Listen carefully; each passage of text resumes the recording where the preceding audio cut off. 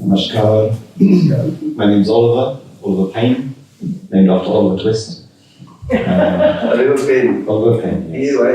P-A-I-N-E. P-A-I-N. Proper pain. Interesting. Not being returned to the organization, huh? I'm here with my wife. I'm originally from England. I'm the science facilitator. I'm very grateful to be in Bhutan. I'm very excited to learn the universal human values and GMH values. My name's Oliver.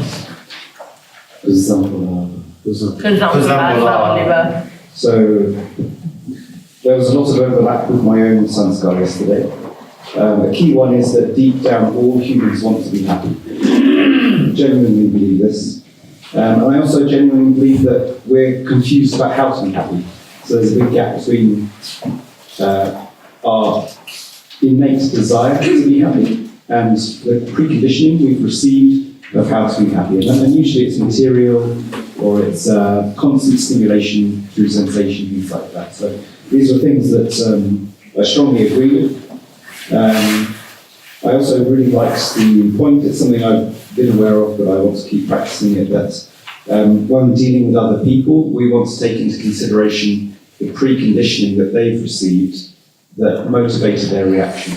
So when they react in a certain way, we don't think, oh, what's wrong with this person? We realise that there are motivations and layers on top that have brought about this reaction. So it's really helpful to have insight, look into their heart, what's caused this reaction, and then we can deal with them in a peaceful way. And I also really, actually I think there was a branch missing, because I receive huge amounts of happiness through harmony with nature. So there could be an extra line showing, so things like when I'm in harmony with the environment around me, I'm not polluting it, I'm not making it worse, I'm working with it, that brings me a lot of happiness as well. My name's Oliver. Lorna and I both want to be happy, and we want the other to be happy. You know that instinctively, actually. And for the other column about competence, of course we annoy each other sometimes. We wind each other up or say the wrong thing or do something.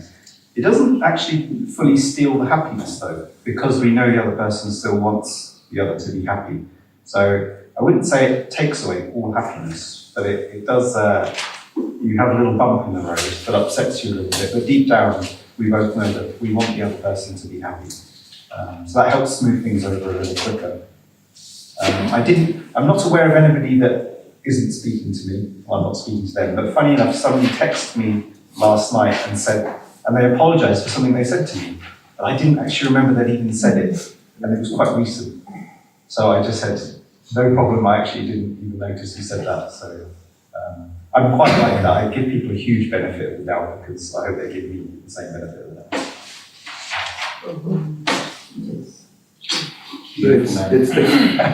It's the continuity that you're looking for, and that continuity, whenever it breaks, you're calling it ups and downs. Yes. Yeah.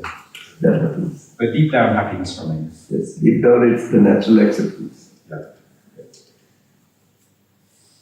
My name's Oliver Pain.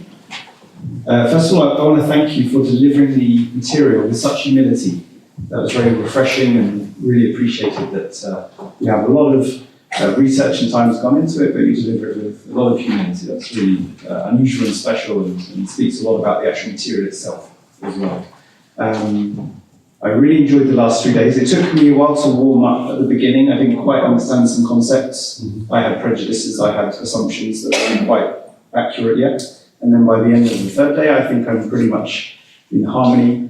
And I was surprised at how many of my own beliefs already harmonized actually with the teaching. And I'm very grateful that you're doing this work and encouraging people to strive beyond the body and look to something higher, some values that are universal, that are human, that are on a spiritual plane, that when we fulfill them, we feel happy. We're conscious that we have the spiritual need, and when we fulfill it, that's actually the real happiness. My personal takeaway was something I know, but you kind of reminded me I need to work on it more, is that happiness a lot of it comes from our relationships with people. No man is an island is an expression we use, but I'm quite happy on my own nature, in a very small bubble. I don't need a lot of friends. But the workshop has it's ignited a fire to make more effort in making sure I'm doing the best I can in all my relationships. So that's been my biggest takeaway. Thank you. Wow. Yeah, good one. Kuzuzampola, namaste. My name is Lorna Pain. I will not give you my full name because it's far too long. I'm half Portuguese. I teach English here and also work in the library and with some dance and drama aspects as well. बचपन से मैं पंजाबी सीखी, बाद में Hindi, so मैं भी हिंदी बोलने वाली हूँ। हालांकि मैं बाहर गोरी हूँ, अंदर मैं Punjabi कुड़ियाँ। Kuzanpola, my name is Lorna Jane. Yeah, there's a lot to think about. Whenever I learn something, I like to take it from theory to practice. So I like to see how can this benefit me? How can this make me a better person? So the first thing I did last night when we arrived home was start to try and get the right understanding of myself, start to think a little bit more about myself, much like my principal. I've lived my entire life doing voluntary work since I was a child, so I've lived for other people. But I started to think about myself, and I can genuinely say I'm a very happy person. I love life. I love my parents, I love my husband, I love now NPS, I love my colleagues, I hope they all feel that, because I really do. I love being a teacher, and all of this helps me to conclude that I am truly a happy person. But 100% happiness is not possible in an imperfect world. So I started to think genuinely and deeply, is there anything that I'm not happy about? And I found something. I found something that I've been unhappy about since I was 13 years old. And I started to think deeply about how I could close the gap between what I am and what I would like to be in this specific, very specific aspect of my life. It's personal, I won't mention it. It's not even to do with my husband, it's just completely something within myself. And this morning I woke up and I had clarity. And I thought, because I am quite practical at the end of the day, I thought of practical ways that I can solve this problem. And this morning I got up early and I took 2 baby steps towards fixing this problem and closing the gap between what I actually am, I have to be very honest with myself, and what I like to be. And because I've already taken 2 very small baby steps towards closing that gap, I genuinely feel happier, even happier. So thank you very much for allowing this to be possible. Good. Kuzanpola, we did it together, so it's basically the same thing. I would say I learned this from my husband a lot, though, that he always gives people the benefit of the doubt, always. That is his natural inclination. I don't know if it's natural acceptance, because I don't always do that, but he always does. So even if someone says something rude or does something rude, he automatically says, oh, they're tired, they didn't mean it. There's something else in their mind, automatically. So that's something I learned from him.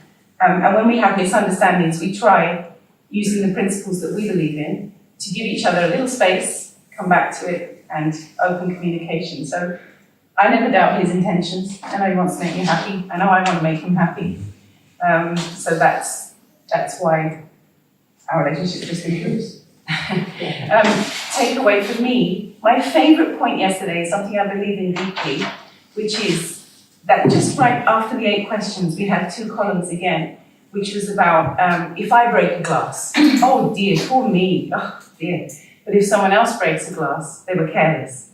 Or if I'm late, oh, the traffic was terrible, I did my best. But if someone else is late, they're lazy. I love this point because I really deeply believe that if everyone gave the other person the same discount or the same understanding they give themselves, the world would be a happier place. So this is something I'm determined to do here at school with my colleagues, and obviously in my marriage, but thinking about my school and my colleagues. If something is done that I don't like, I want my natural inclination to be to give them the same discount that I would like them to give me. Thank you. My name is Lorna Pain. I am the other half. My takeaway could be summarized in one word: love. Real love. So love the complete value. Because if I love truly, the true meaning of the word that was expressed in this workshop, I will trust. If I love, I will respect. If I love, I will show gratitude. And if I love, I will not doubt the intentions of those around me, including the children. Because it's quite easy to doubt the intention of a child, but they don't deserve that. So meditating on this complete value, I think it will help me to be loyal to my natural acceptance. And when my sun sky begins to pull me away, this quality will pull me back. My determination is to try and be an example in myself. Instead of speaking, I want to be an example in myself, in my marriage, as a teacher, as a human being, as a citizen of the planet. I want to respect nature. I want to respect relationships around me. And this core value is what's going to keep me stable in my relationships, and thinking especially now about my children. I can't wait to see them. I just want to be an example of this complete value, so that if there's one thing they take away from their experience as my students, Lorna really loved us. Thank you. Good one.